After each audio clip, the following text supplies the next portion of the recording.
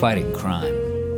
It's a tough business, but these city streets aren't going to keep themselves safe. You want to keep the peace, you gotta be ready for anything. Head on a swivel. Takes more than instincts, though. A cop's only as good as his tools. You know the drill. Handcuffs, nightstick, lawnmower. Wait, lawnmower? What the hell?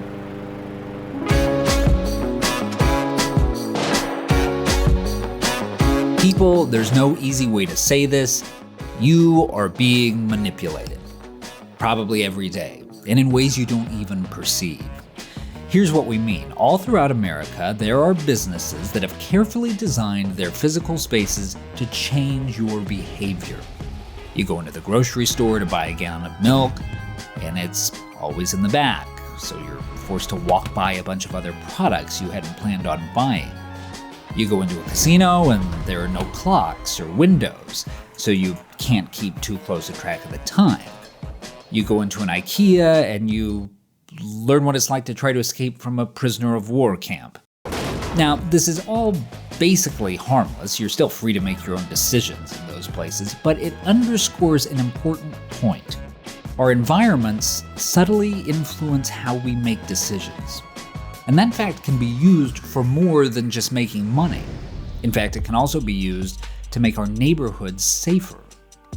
Here's how it works. If you asked people to describe what a dangerous neighborhood looks like, chances are that no matter where they are in the country, their answers will probably include some of the same things.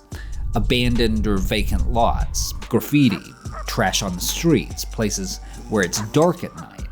In fact, the physical signs of high-crime neighborhoods are so distinctive that one team of researchers was able to train a computer to recognize them with 95% accuracy. Tragically, however, the experiment backfired, and the computer is now leading a street gang. Here's the important thing to keep in mind. All those little details that signal to you that a place is unsafe also signal to criminals that it's not a bad place to do business. So what would happen if we just stopped sending those signals? For an idea of how this might work, we can look to an experiment that took place in Philadelphia.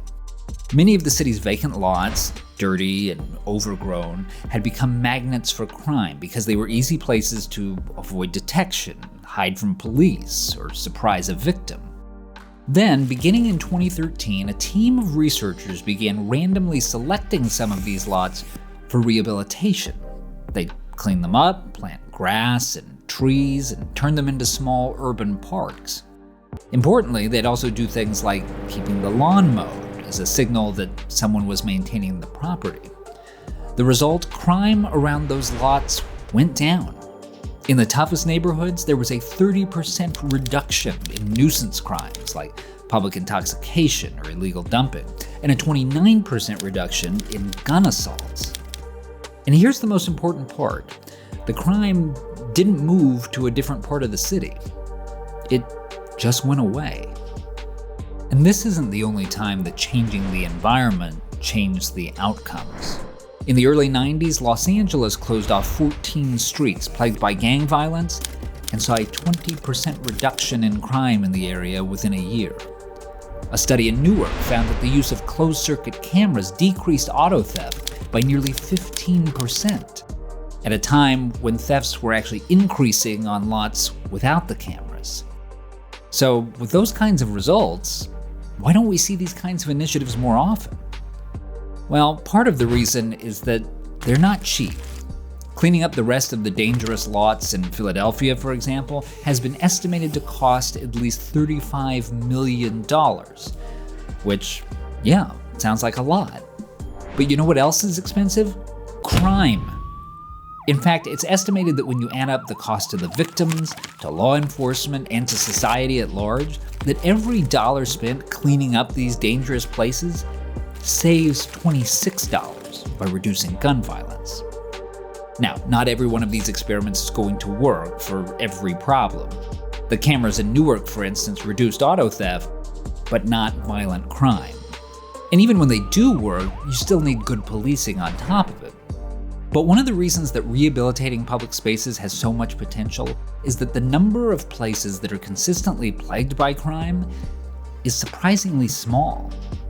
In Philadelphia, for instance, an analysis of over a decade's worth of crime data showed that just 5% of the addresses where crime was reported were responsible for 50% of all the crime in the entire city. Which means targeting just a handful of the most dangerous places could give some cities a new lease on life. The bottom line, we can potentially save lives and money just by rehabilitating a handful of the most dangerous places in our cities, which ought to be a source of hope, because it might just mean that no place is beyond saving. I mean, except IKEA.